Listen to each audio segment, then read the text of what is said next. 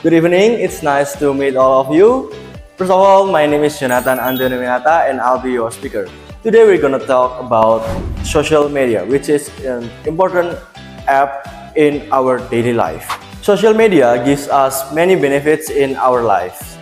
Firstly, social media helps us to connect with other people. We can talk, we can share photos, we can chatting, call with other people anywhere, anytime. And it helps us to feel close with people who are far away. Secondly, it also helps us to find new ideas, discover new creativity in our social media. However, social media gives us a negative effect too. When we spend too much time scrolling, we usually forget people who near us and our daily lives. And it also important to remember, usually people who upload their best photos or their best moment in their social media. And for the conclusion, we should use social media wisely in a healthy way, and it can help us to give more positive effects in our daily lives. That's all from me. Thank you.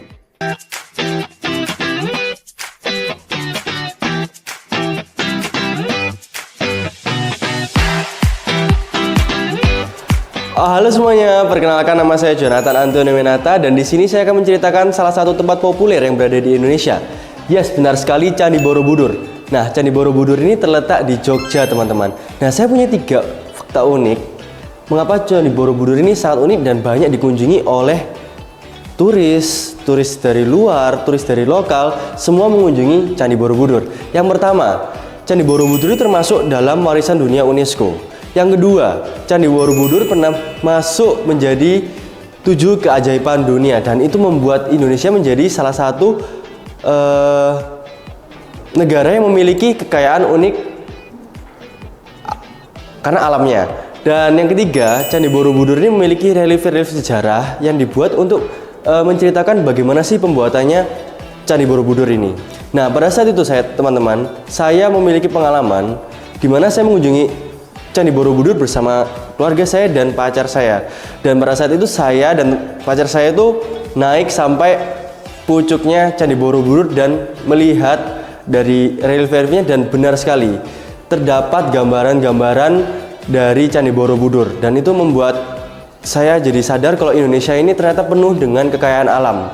Dan pada saat itu saya juga banyak melakukan foto-foto bersama keluarga, bersama pacar saya, karena di Candi Borobudur ini terdapat spot-spot bagus yang bisa dijadikan tempat untuk foto. Nah, teman-teman, pada saat di era saat ini, Candi Borobudur itu juga menyediakan museum yang bisa dikunjungi oleh turis dari lokal maupun dari internasional.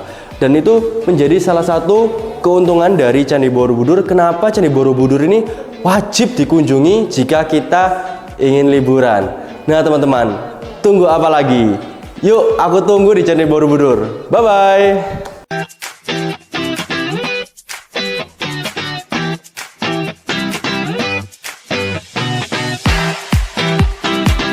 Please welcome Jonathan.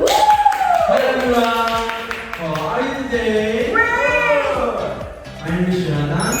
Have you guys ever wondered where is the best place for having a vacation? I think it's Bali. Why is Bali become the most popular for tourist destination? I have 2 facts about Bali. Why Bali is become popular tourist destination. The first one is Bali has amazing beaches. Bali has Seminyak, Jimbaran, Kuta, and many other things. But I think Jimbaran is the best place for me. Why? Because Jimbaran has good views and we can eat while watching sunsets. Second, Bali has a fun, good water sports. We can play a good water sports with our family or our partner. So, what are you waiting for? Let's go to the balloon and find your experience. See you at Kuta and Jimbaran.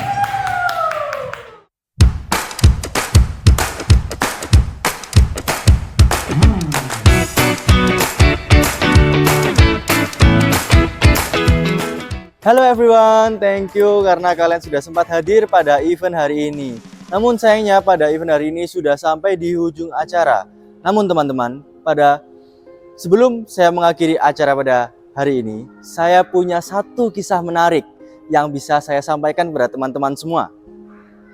Cerita yang saya punya ini berjudul Elang dan Lingkungan Ayam. Jadi, pada suatu hari, terdapat seorang peternak yang menemukan telur misterius di area peternakan. Peternaknya mengamati telur misterius tersebut dan dia menyadari bahwa telur tersebut berbeda dari telur pada umumnya. Sehingga telur tersebut dibawa oleh peternak tersebut untuk dirawat di dalam peternakannya.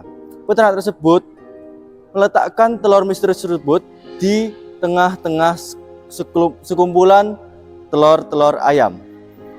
Seiring berjalannya waktu dari tahun ke tahun, akhirnya telur tersebut menetas. Namun teman-teman, anehnya di sini, telur misterius tersebut menetas menjadi ayam hitam. Yang seharusnya telur pada umumnya menetas dan menjadi ayam-ayam yang berwarna kuning dan kecil. Tapi ayam-ayam yang sudah menetas tersebut menerima ayam hitam tersebut dan menjadikannya salah satu dari mereka. Pada suatu saat, mereka harus belajar untuk makan di area peternakan. Namun teman-teman, saat mereka makan di area peternakan, mereka melihat ada satu burung gagah yang lagi berterbangan di area peternakan. Pada saat itu, semua ayam-ayam kuning itu sudah mulai berhamburan sana-sini, gak jelas arahnya kemana untuk menemukan cara kembali ke kandang. Namun ada satu ayam yang hanya melihat ke atas dan mengagumi sosok burung tersebut. Yes, benar sekali, itu ayam hitam. Ayam hitamnya mengagumi burung yang gagah yang lagi berterbangan di atas, terlihat gagah kuat sekali.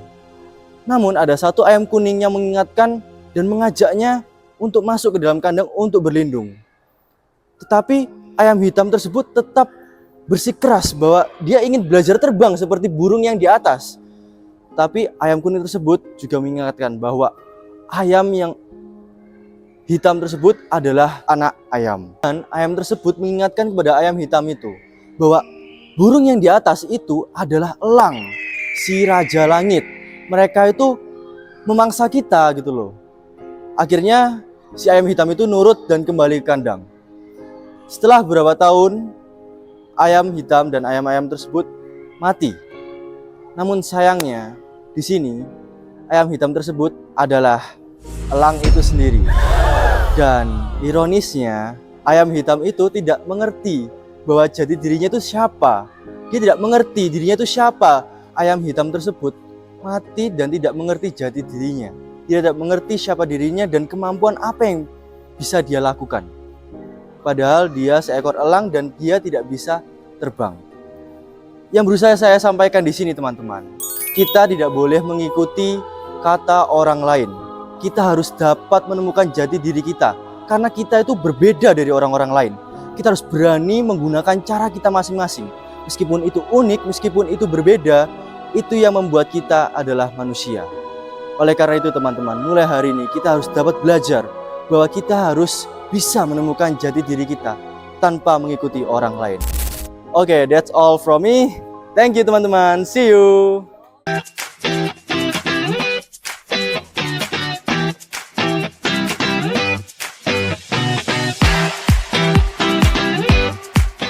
Hi everyone, my name is Quincy and this is... Jonathan. Today we'll be talking about Batik Indonesia culture issues.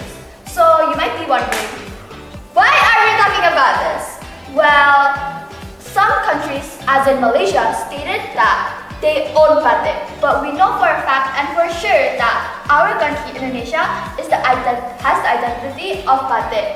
And if batik is gone in our country, the identity of Indonesia will be gone, and what will happen to our culture? Well, my partner will be talking about it more. You may go speak. Oke, seperti yang kita tahu, batik merupakan salah satu warisan budaya dari Indonesia. Tetapi menurut CNBC Indonesia, pada tahun 2008, Malaysia mengklaim bahwa batik merupakan salah satu warisan dari Malaysia. Oleh karena itu, pemerintahan Indonesia pada saat itu, pada tahun 2009, langsung mengajukan bahwa batik merupakan salah satu warisan dari Indonesia kepada UNESCO. Dan pada tanggal 9 September 2009, UNESCO mengukuhkan bahwa batik merupakan salah satu warisan budaya dari Indonesia. Dari kejadian tersebut, kita dapat belajar bahwa batik merupakan salah satu dari warisan budaya Indonesia yang harus kita lindungi sejak saat ini. Mulai dari kecil kita harus bisa membiasakan bahwa kita harus melindungi warisan negara kita. Tim kami memiliki 3 cara atau 3 solusi untuk membuat batik ini lebih dikenal oleh dunia bahwa batik merupakan warisan asli dari Indonesia. Yang pertama, kita dapat mulai dari langkah kecil, yaitu kita selalu merayakan Hari Batik Nasional pada tanggal 2 Oktober, yang dimana sekolah, kampus selalu mengikuti acara tersebut. Yang kedua, mempromosikan batik ke dunia luar melalui gadget atau media sosial. Media sosial dapat kita gunakan sebagai salah satu alat penting dan salah satu alat yang luar biasa untuk mempromosikan Indonesia melalui batik-batik yang unik, luar biasa dari berbagai wilayah. And the last solution is that we can protect batik legally. We can spread it all over the whole countries, social websites like what he just said. But the most importantly, we need to take care of our batik so people would recognize it even more, and it will give a lot of recognition to Indonesia. Any question from all of you guys? Why is it a problem? We have other culture like gotong royong, wayang, lompat nias, and many more. Why do we make it a problem? We only know one. Oke, terima kasih Joshua atas pertanyaannya dan perhatiannya. Tapi pada saat ini kita lagi membahas batik dari Indonesia.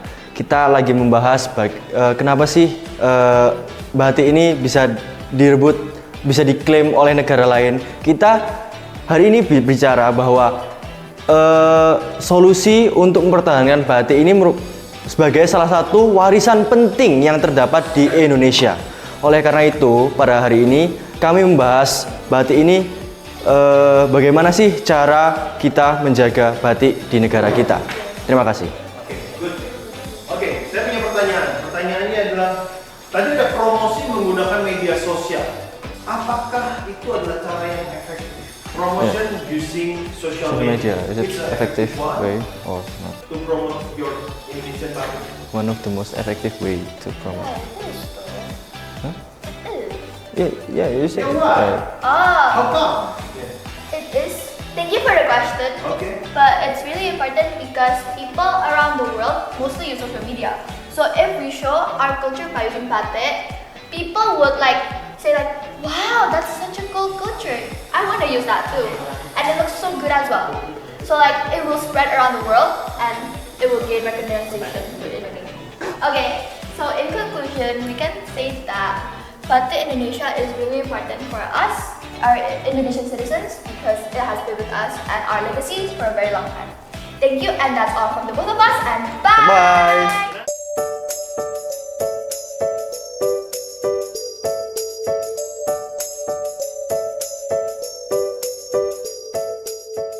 To meet all of you, and thank you for giving me a chance to speak today. How are you today, guys? I cannot hear you.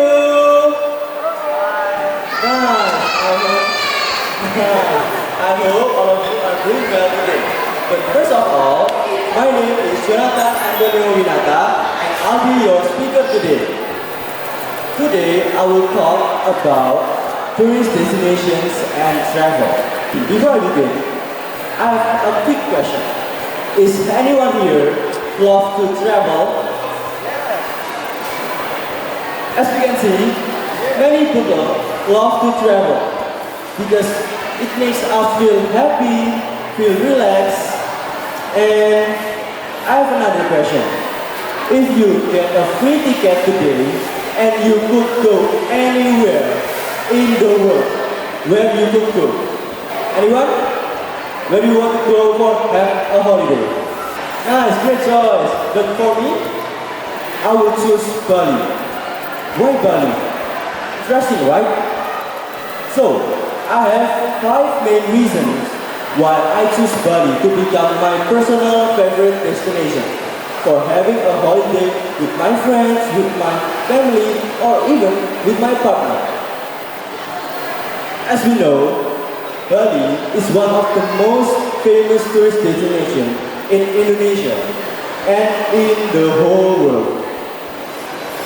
Many tourists come to Bali because Bali offers many things that we can enjoy, that we can explore.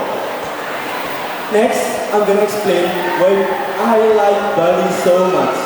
So, from the first reason, Bali has many beautiful beaches such as Kuta Beach, Pandawa Beach, Nusa Dua Beach, last but not least, Jimbaran Beach. We can enjoy while watching sunset, we can lay on the warm sand, we can swim, we can surfing, and we can spend time with our companies like friends, families, or maybe partner. But for me, I will choose Jimbaran Beach. Why? Because in my experience, I can watch sunsets while I'm eating the best food in Bali, which is seafood. And from the second reason, Bali has exciting water sports. We can enjoy banana boat, jet ski, and these activities are perfect for people who like to enjoy new things, to explore, to have adventure in their holidays. And the third reason, Bali has Icelandic beach clubs. Bali has beach culture and great history. Tourists can visit Tanah Lot and Uluwatu temples, and people can watch the famous Bali's traditional dance, which is Kecak dance. And the last reason, last but not least, Bali has many delicious food and the people are so friendly. Bali has sate lili, nasi campur Bali, and the best, of course the best, is seafood. And the Balinese people are so friendly to each other, so the tourists can feel comfortable. But however, Bali has one common problem, which is Bali is too crowded when it comes to weekends or high season. But I have one solution for all of you. We can go earlier during the holiday. We can go weekdays so we can have so much time to enjoy our holiday, to explore many things in Bali. What I'm trying to say in here, in our lives, life is not just about studying and working. Sometimes we need to enjoy our life. We need to feel happy. We need to feel energized again. We need to balance our life. Traveling is the way we can enjoy all of that. And Bali is the perfect place to all of you who want to enjoy your life. So, what are you waiting for again? Visit Bali, let us explore more and support our tourism in Indonesia. Thank you guys and see you at Bali!